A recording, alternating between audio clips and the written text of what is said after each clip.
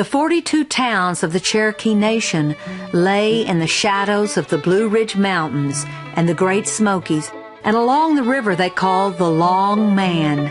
300 miles to the east, tiny European settlements were taking a firm hold along the coast. And by the end of the 17th century, white visitors were again showing up in Cherokee territory.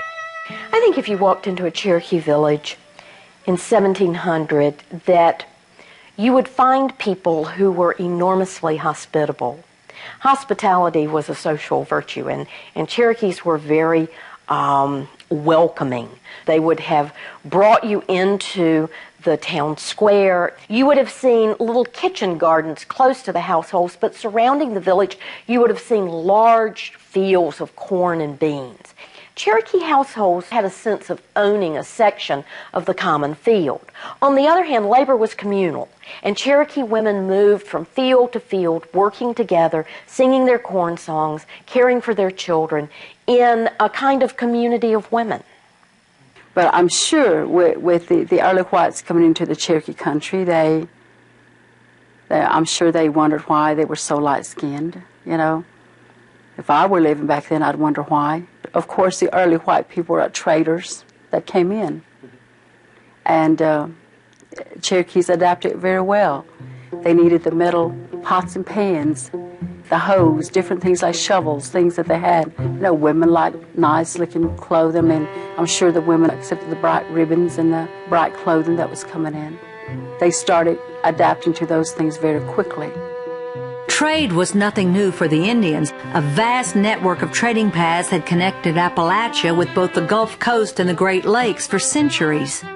In the early 18th century, however, Cherokees and other Appalachian tribes became increasingly drawn into a world market economy centered in Europe. The Cherokees became one of the key producers for this economy, and what they produced was deerskins.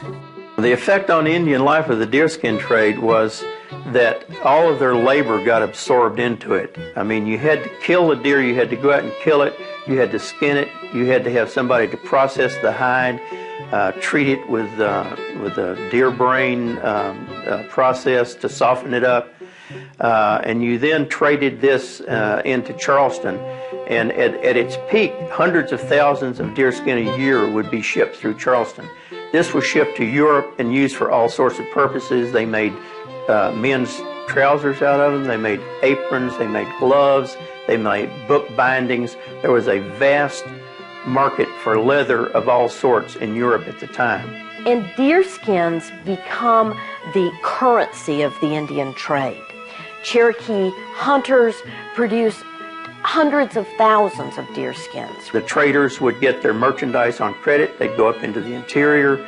They would trade them to the Indians, who would promise to go out and kill so many deer a year, and then if everything worked back, everybody got paid along the line. But more and more the Indians would fall into debt.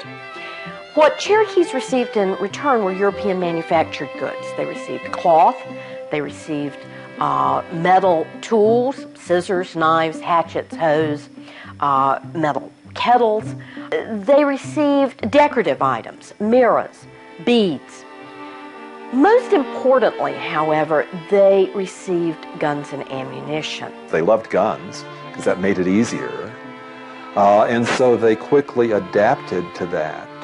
But it, in essence, led to some of the seeds that planted the seeds of their destruction in a way. Because with guns and with the European demand for furs, they wiped out the deer populations in this area. They wiped out the beaver populations in this area. The Native Americans did. Once the gun was put into the equation, the gun couldn't be taken out. In other words, however they might not wish to have guns, they had to have guns. By 1720, all of the Native American tribes in Appalachia were armed with guns, and the white-tailed deer, which had been central to the Cherokee way of life for centuries, was becoming harder and harder to find. Cherokees began to produce fewer of their own commodities, and so many of the skills that Cherokees had honed over centuries began to wane. Things like pottery making, for example. Why make a clay pot when you can buy a kettle? from the trader. Also, it changed the social structure. You had different traders who married in with the Cherokee women. And the matrilineal ideas of the man moving in with the woman changed. The woman started moving in with the man. In 1750, no single word had more power and meaning for European colonists than the word land. Land was the ultimate dream of security. It was a glimmering vision that beckoned mysteriously from Appalachia's long wooded ridges, offering something for everyone, yeoman, gentry, merchant, or speculator. It was a source of independence, status, wealth, power, and influence. In America, there was an abundance of land, but it was frontier land in faraway places with names like Kentucky, Ohio, and Tennessee. And furthermore, the Iroquois, the Shawnee, the Catawba, the Delaware, the Creek, and the Cherokee already claimed every square mile. The vision of all of them was land. The land was what they wanted. And the Cherokee never even thought about land belonging to any one person. The land was there, that everyone enjoyed the land and used the streams and the waters and the woods as was necessary. So this was a whole different kind of concept. We lived in these mountains for over 10,000 years. You don't live that long without learning something. You know, and we didn't need somebody coming across the ocean to tell us how to live our lives. We knew how to live our lives. Creator gave us that knowledge. The Native Americans understood the forest, understood the way it worked and the linkages among all the different plants and animals to a large extent, and they understood themselves to be part of it. They were not taking any more critters than could come back. I mean, it was a situation where the plants and animals were able to maintain a balance. Cherokees understood that there was a kind of natural harmony, and they saw their role in the world as one of preserving that natural harmony. When they go out into the forest and they're digging roots for medicine, they would only take, for example, the root on the east side of the ginseng plant, and that would leave the rest of the plant to regrow and give them something for another day. They were not separated from the great whole. It was the great whole of life from which nothing was separated.